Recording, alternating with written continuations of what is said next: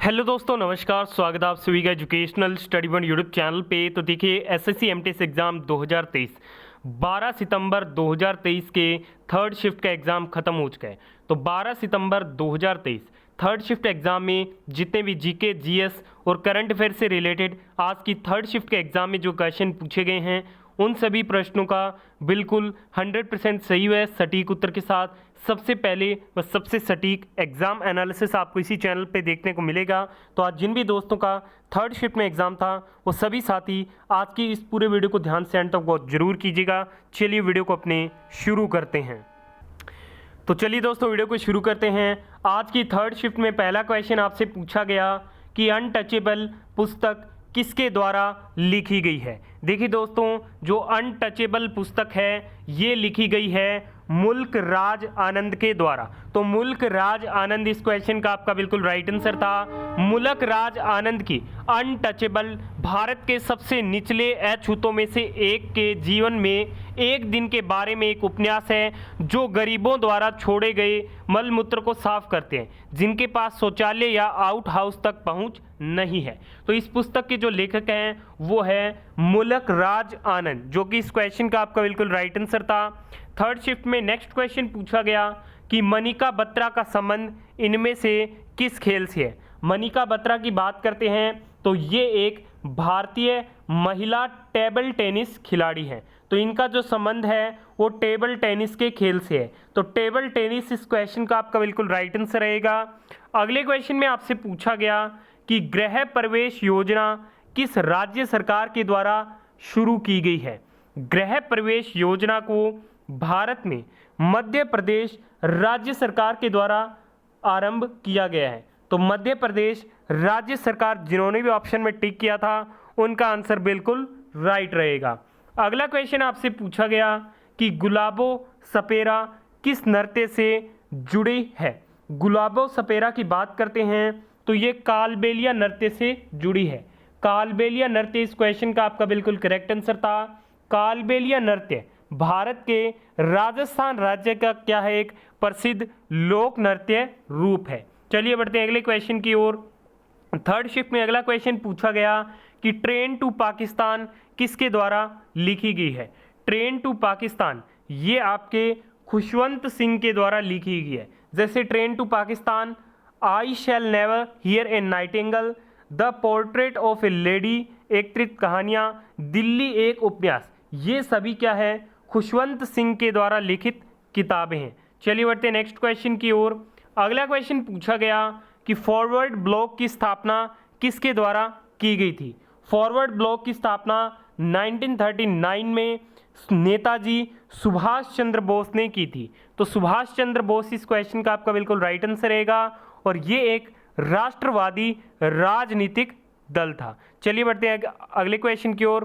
Video में आगे बढ़ें उससे पहले अभी तक आपने इस वीडियो को लाइक नहीं किया तो प्लीज़ जल्दी से लाइक कर दीजिएगा, और आने वाले शिफ्ट के दोस्तों के बीच इस वीडियो को ज़्यादा से ज़्यादा शेयर करना भी मत भूलिएगा।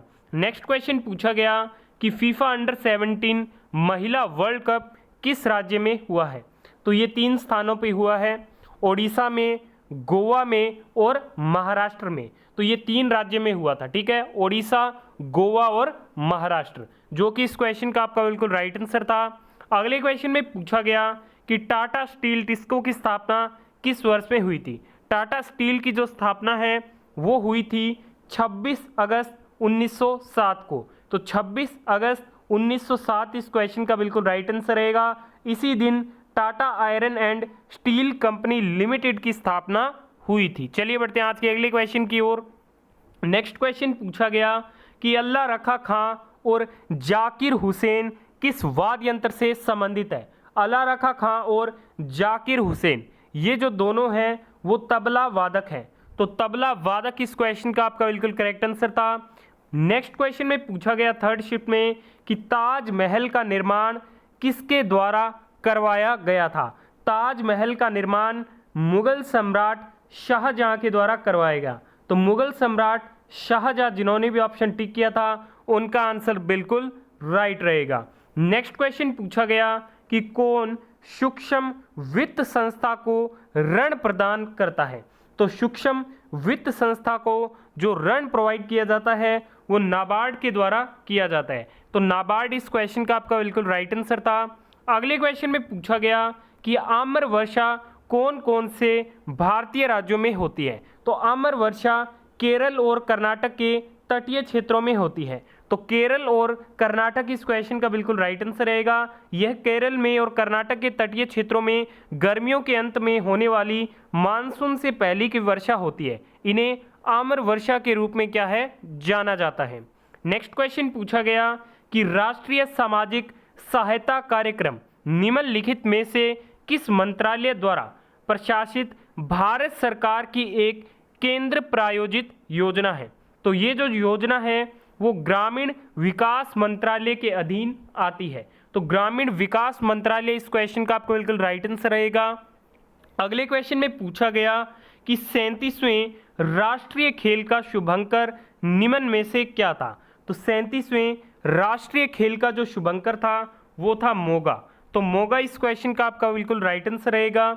नेक्स्ट क्वेश्चन में पूछा गया थर्ड शिफ्ट में कि पत्थर जब ऊपर की ओर फेंका जाता है तब इसमें किस ऊर्जा का रूपांतरण होता है। तो पत्थर जब ऊपर की ओर फेंका जाता है तब स्थितिज ऊर्जा का क्या है रूपांतरण होता है। तो स्थितिज ऊर्जा इस क्वेश्चन का आपका बिल्कुल राइट आंसर था। अगले क्वेश्चन में आपसे पूछा गया कि लच्छू महाराज निम्नलिखित में से किस नृत्य रूप से संबंधित है। लच्छू महाराज कथक नृत्य शैली से संबंधित है। तो कथक जिन्होंने भी ऑप्शन में टिक किया था उनका आंसर बिल्कुल राइट रहेगा। अगले क्वेश्चन में पूछा गया कि 2022 तक लोकसभा की अधिकतम सीटों की संख्या कितनी है। तो इसमें अधिकतम सीटों की संख्या 550। हालांकि 104वें संविधान संशोधन द्वारा एंग्लो इंडियंस के लिए 2 सीटों के आरक्षण के प्रावधान को रद्द करने से पहले ये कितना था 552 था। भारत में लोकसभा में वर्तमान कितनी कुल सीटें हैं 543 है, 543 है। नेक्स्ट क्वेश्चन में पूछा गया कि लता मंगेशकर पुरस्कार किस राज्य सरकार द्वारा दिया जाता है। तो ये मध्य प्रदेश राज्य सरकार के द्वारा दिया जाने वाला एक पुरस्कार है। अगले क्वेश्चन में पूछा गया कि डीपीएसपी किस देश के संविधान से लिया गया है। डीपीएसपी को आयरलैंड के संविधान से लिया गया है। भाग 4 में है, अनुच्छेद 36 से 51 में इसके बारे में बताया गया है। अगले क्वेश्चन में पूछा गया कि 1927 में किस व्यापारिक संगठन की स्थापना हुई। 1927 में फिक्की की स्थापना हुई थी। तो फिक्की इस क्वेश्चन का आपका बिल्कुल करेक्ट आंसर रहेगा। नेक्स्ट क्वेश्चन में पूछा गया कि गणेश चतुर्थी महोत्सव की शुरुआत किसके द्वारा की गई थी। गणेश चतुर्थी महोत्सव की जो शुरुआत है वो लोकमान्य बाल गंगाधर तिलक के द्वारा की गई थी। तो बाल गंगाधर तिलक इस क्वेश्चन का आपका राइट आंसर रहेगा। अगले क्वेश्चन में पूछा गया कि सकरात उत्सव किस राज्य में मनाया जाता है। सकरात जो उत्सव है वो भारतीय राज्य राजस्थान में सेलिब्रेट किया जाता है। ठीक है, तो राजस्थान इस क्वेश्चन का आपका बिल्कुल राइट आंसर था। आज का फाइनल क्वेश्चन पूछा गया थर्ड शिफ्ट में कि भारत और श्रीलंका के बीच में कौन सा जल डमरू मध्य स्थित है। तो भारत और श्रीलंका के मध्य में पाक जल डमरू मध्य स्थित है। तो आज की थर्ड शिफ्ट में पूछे गए सभी क्वेश्चनों का एनालिसिस हो गया। वीडियो को यहाँ तक देखें, धन्यवाद। वीडियो पसंद आई है तो प्लीज़ वीडियो को लाइक शेयर और चैनल को सब्सक्राइब जरूर कीजिएगा।